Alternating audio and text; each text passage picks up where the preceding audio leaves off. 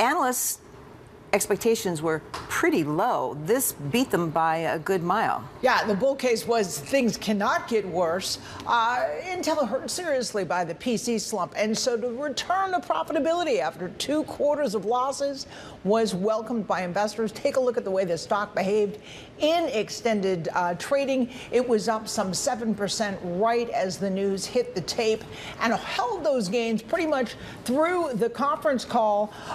Again, the management had promised the second half would show improvement, and so there's fresh evidence the company's still in the early stages of turnaround, which again hinged on its ability to once again show a bulletproof lead in chip technology. Third quarter sales will be as much as $14 billion.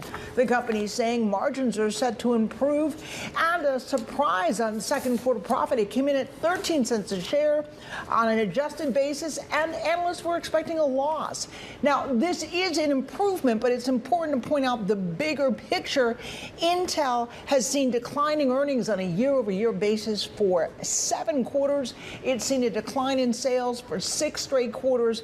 And so not all investors have yet to fully buy into the turnaround story. Rivals NVIDIA and AMD have seen their stock surge, of course, on the AI story. A lot of green on the screen after hours. And guess what? On the conference call, you saw the CEO talking about AI.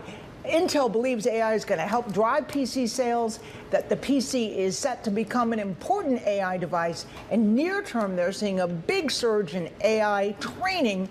They're saying cloud customers spend big on this, although they believe it's a short-term phenomenon and will eventually balance out.